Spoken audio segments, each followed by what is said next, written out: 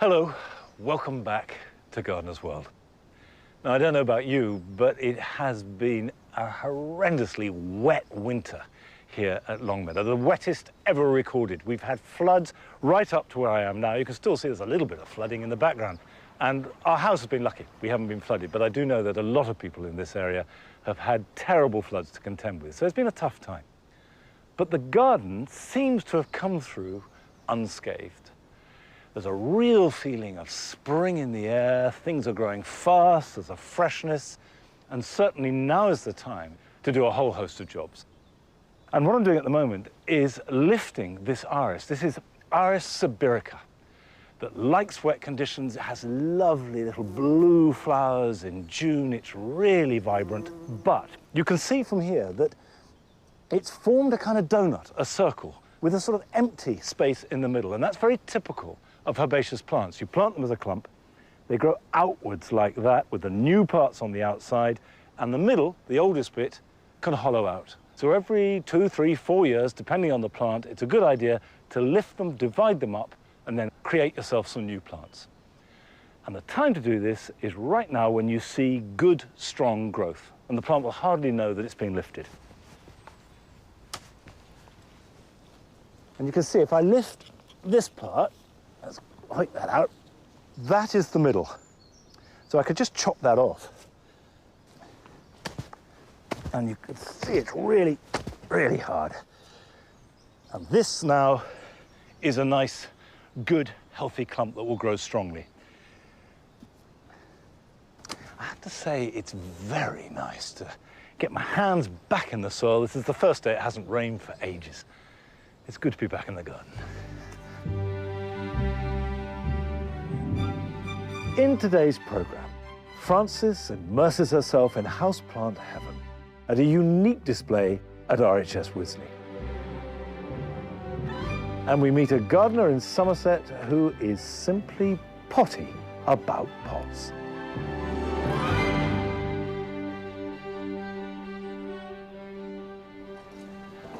Nelly, we're going left. Good girl. Come on.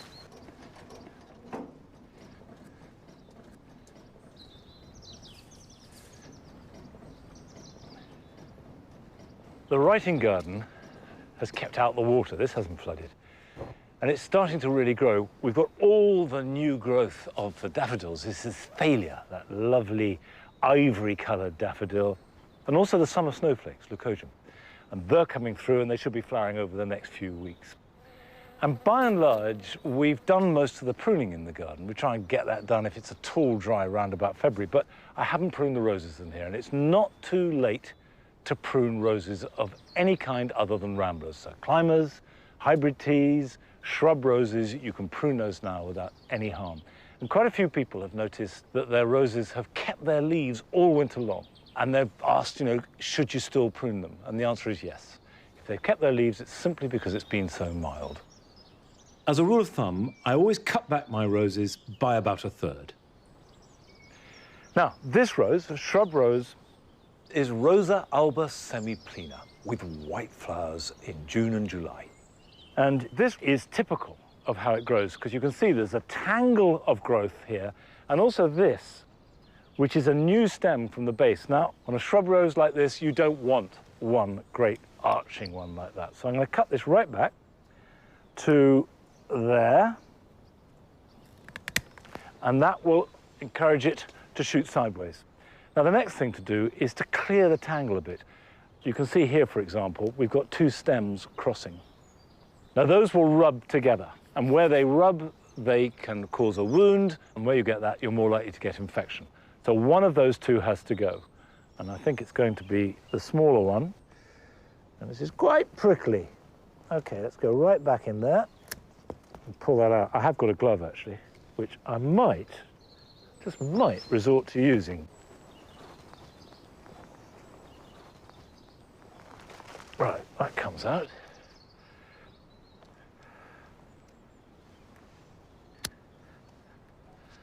So what I'm trying to do is just to clear anything crossing, anything looking diseased or broken or growing too much inwards. So, for example, we can take that back and this. These are strong shoots, nice strong growth there. This here is much more flimsy, it's weedy. And that's what you need to cut back hard. Cut it right back, and then the new growth will have the energy. So just create a nice open framework where there's lots of air, so we won't have to worry so much about fungal problems. And then you'll get plenty of new growth coming very quickly at this time of year, and that is what will carry the flowers.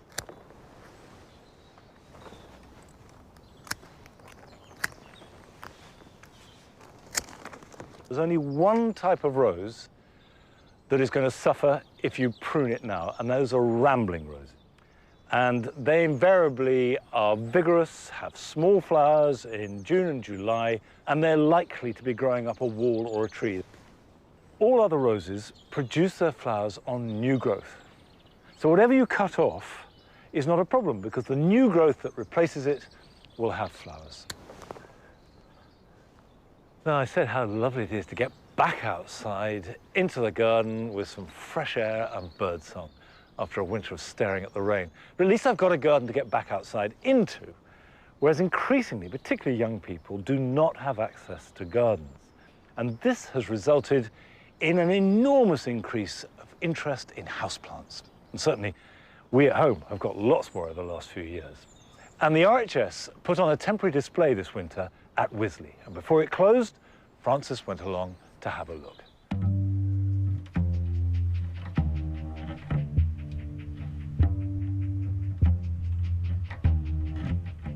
When I was a student up in Scotland, I had one lone peace lily in a pot, and it came with me to every room in the house. And now, never having had my own proper garden, the collection of houseplants I have has grown to probably about 50. I absolutely love them. Houseplants, as we know them, are basically outdoor plants that come from hot, dry, or tropical countries. They couldn't cope out in a wintry UK garden, but they can thrive in our homes. There's lots to choose from. So it means there are plants for every room, from a dark, shady hallway to a bright, airy kitchen. And I hear that this exhibition provides some incredible inspiration for what you can do with them in your home. It's based on an abandoned house where the plants have taken over. So the dining room, bathroom, lounge, and even the bedroom have plants erupting from every cranny. Danielle Warner is one of the creators. So you were in charge of the dining room? Yes. How did you come up with these ideas? Well, luckily I've got a great team on the Glasshouse team, and we all kind of contributed ideas. As we brought the props, more ideas came to light, such as the Echeveria cake.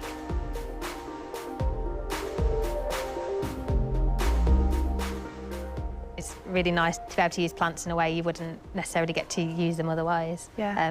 And it's nice, it's a way that you could actually replicate at home yourself if you've got, you know, pots and pans lying around that you don't use. So. And the chairs are spectacular. How do you go about kind of designing and making these? We pretty much made them up as we went along, just picked a selection of plants, had a look at what worked well together, tried to use different textures and colours, tried to give them all their own personality. Totally. I like the spiky toddler. Yeah, I really like that. I just quite like the shape of it. It looks like a baby kind of waving his arms and screaming. I think it's great. And why is that one there knocked over? So that was meant to be kind of a stroppy teenager who's stormed away from the table and just knocked the chair over. Yeah, doesn't really want to sit with the rest of the family for dinner. Fair enough. Yeah. Families can be tricky. Yes, they can. While succulents hail from bright, arid areas, the lounge is full of plants from damp forest floors, which means they can handle lower light levels with their broad leaves. But they don't all have to be big. This is a miniature version of the Swiss cheese plant that we all know and love. And at home, Mine trails down shelves just like this, looking beautiful. In fact, this whole exhibition is filled with amazing inspirational little pots, ways you can use your furniture. Makes you want to get planting.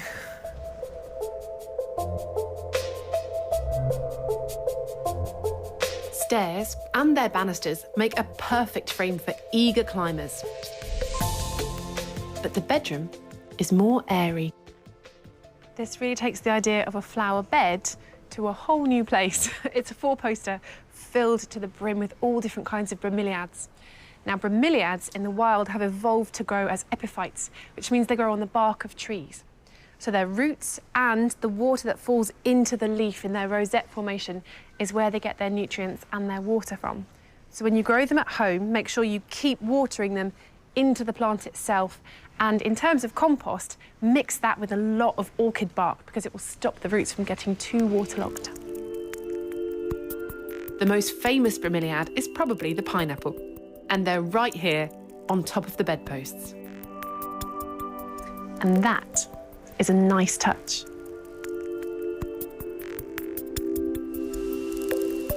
The bathroom is full of moisture-loving plants like ferns, but they don't have to stay grounded. This is one of my favourite things in this exhibition because it makes such great use of vertical space, so any sized house can have one of these. It also shows how versatile ferns can be. They grow in the ground, but also in the cracks of this lovely piece of bark. Perfect for a nice, moist bathroom. These ferns need soil to grow in, and it's cleverly packed behind the bark. For these living pictures, the soil is hidden in the depths of the box frame, with a covering of wire netting, so the plants can grow through.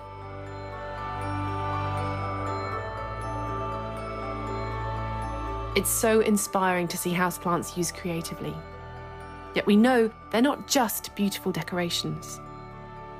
They're also living, breathing species, and looking after them and growing them in our homes is as good for our well-being as it is for theirs. And with that in mind, I've got one for my mum on Mother's Day and one for me as well.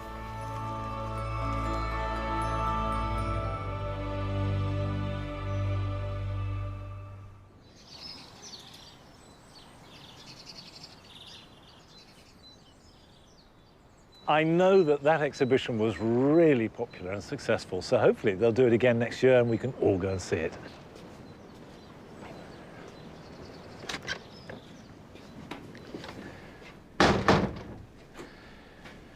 Now, I am fairly new to houseplants. This is something that has grown on me over the last few years, and gradually I've got interested. So this is new territory for me.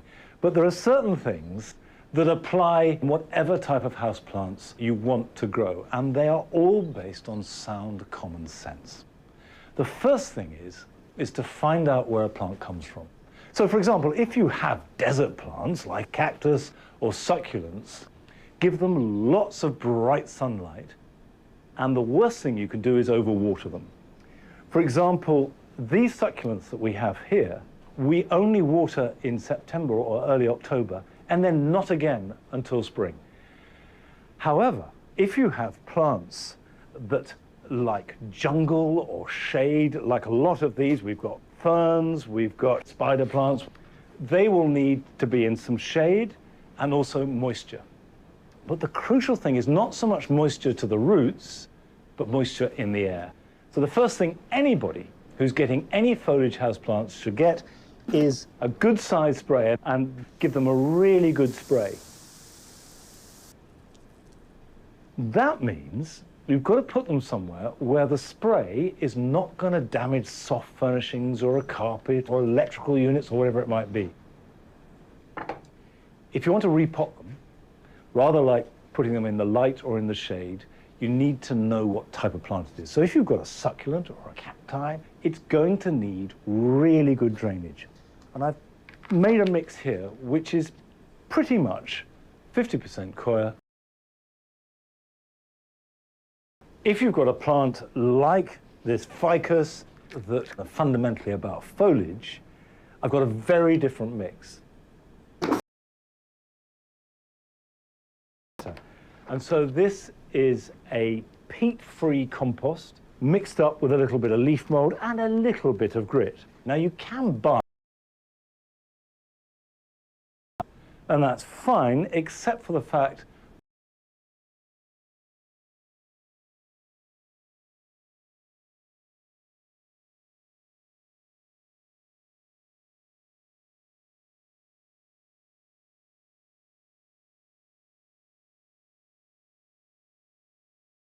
foliage. This is a jungle floor plant. It likes to be moist, but not soaking wet. Little bit in the bottom. But the roots like that.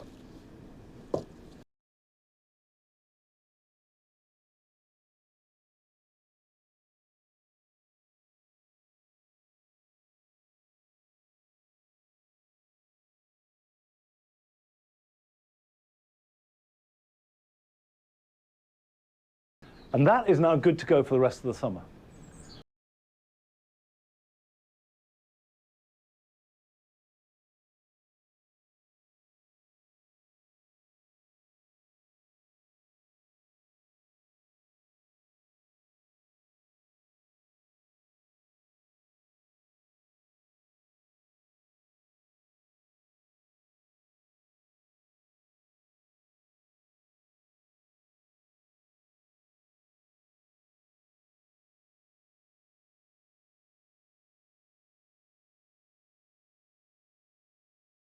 Her plants in pots, but outside.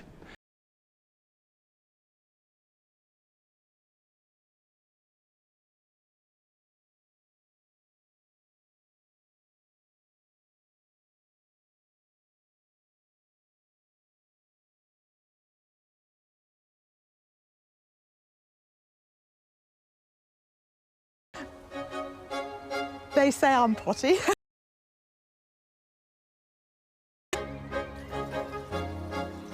My name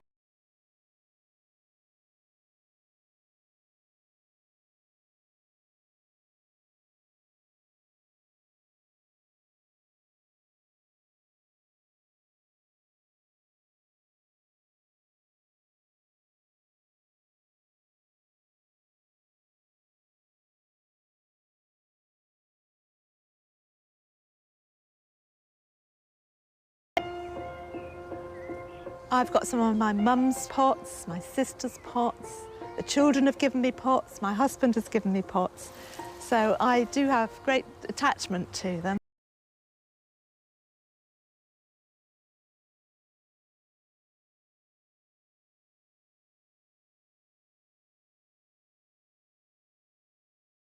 There's breeze block, all sorts of stuff in there. I just put them in colour formation, so there's purples here, red foliage of the hydrangeas and the hebe and the formia.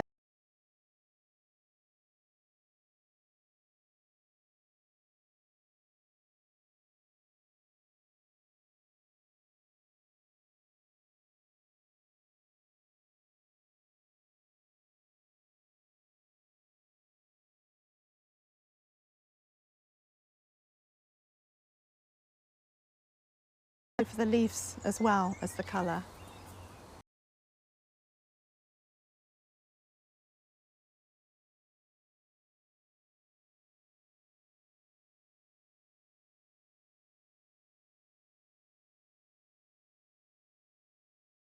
Seem to die in the border, and I've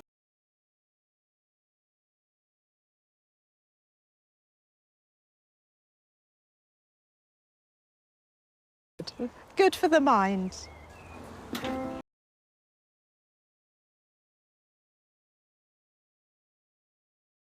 It takes an hour and a half to 2 hours. I have 16 water butts and 21 dipping barrels scattered. This is connecting them all with a drip system.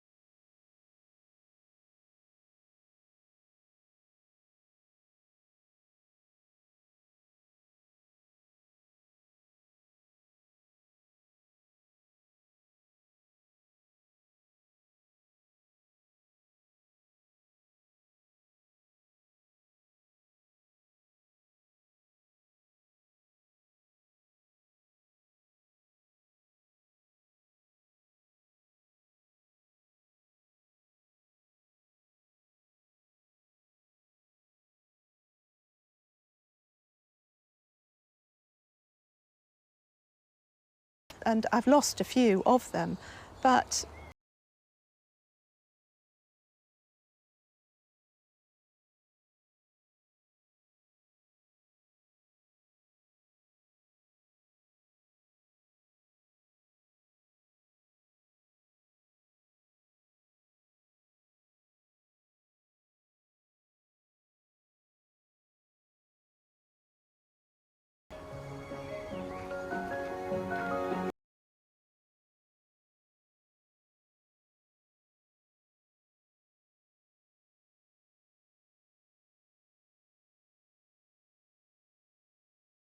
we love it.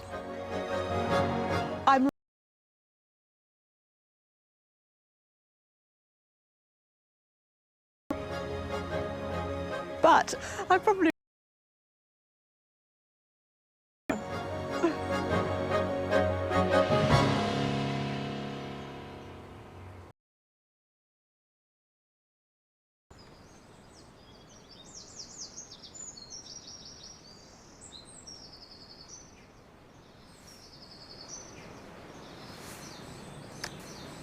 Well,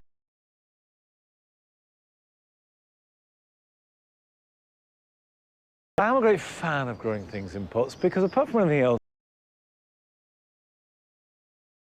and it does mean that you can take things out as they're finishing. For instance, I've got some iris here. This is Iris fabiola. They finished flowering. I'm just deadheading them before I move them because I don't want them to set seed, but don't cut back the foliage. With all bulbs, you let the foliage die back naturally, and that feeds into the bulb so they will flower next year. Now, all these bulbs were planted last autumn, but now we've come to that time of year where we want to be planning for summer.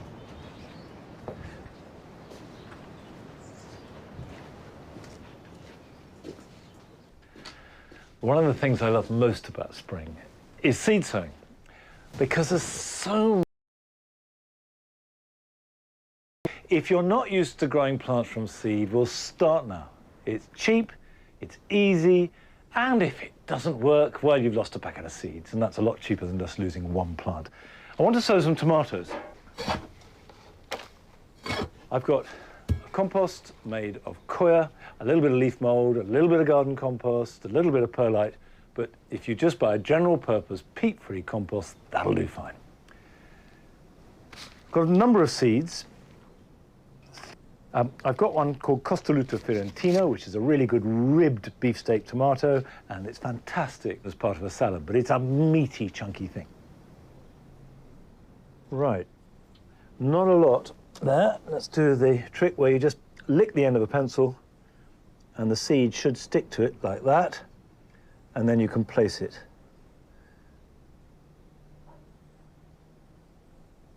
And I'm spacing them out, because although we'll prick them out later, with all seeds, from the moment you sow it, it makes a difference to how it will perform later on. So if it develops well from day one, it's going to benefit months later. Now I'm just going to press that down, and the reason I do that is just to make sure that there's good contact between the seed and soil. Cover it with a thin layer of compost through a sieve, and if you haven't got a sieve, you can just either sprinkle some on or use a little bit of vermiculite if you've got it. Press that down again, put a label. The latest that I'd want to sow tomatoes would be the end of April, because after that there isn't enough time for them to grow and then set fruit and ripen. But you could sow some now and then sow another batch in a month's time, and that will stagger the harvest. The next one I want to sow is called Cuo de Bue, which means ox heart. It's heart-shaped, and it's sort of halfway between a smaller tomato and a beefsteak. Now, these I'm going to sprinkle because there's enough of them. Right, press them down again, like that, cover them over.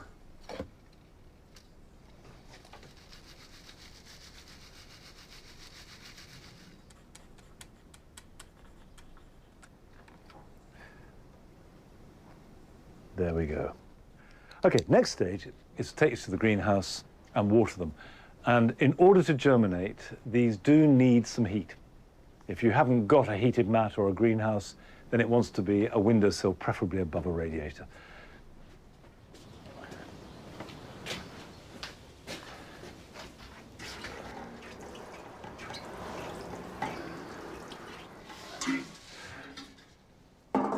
Right, that's one job done. Now, for the first time this year, but not the last, here are your jobs for the weekend.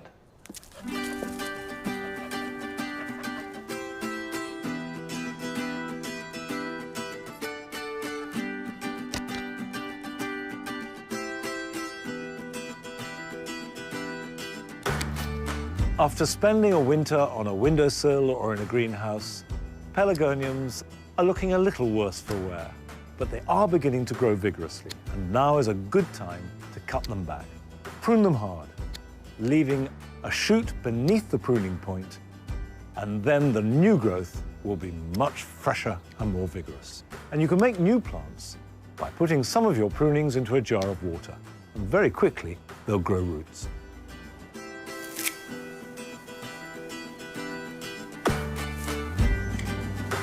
If you haven't done so already, it's time to cut back all deciduous grasses. Take them right back down to the ground so the new shoots can grow through. And if you've got evergreen grasses, dead material.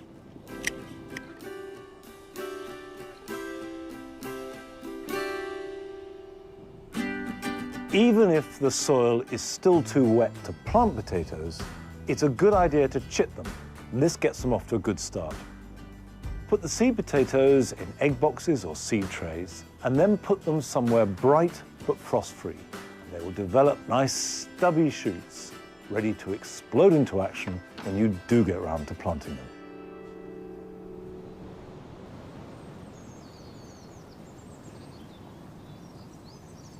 Well, despite it being a funny old winter, the garden is looking good, and the daffodils, for example, here on the mound, these are the native pseudo-narcissus, have never been better. And today is the spring equinox, which means that from tomorrow, we've got more day than night. And every day that light is stretching out. But we can't stretch the program out anymore, I'm afraid. That's it for today, but I will be back here at the same time next week. So until then, bye-bye.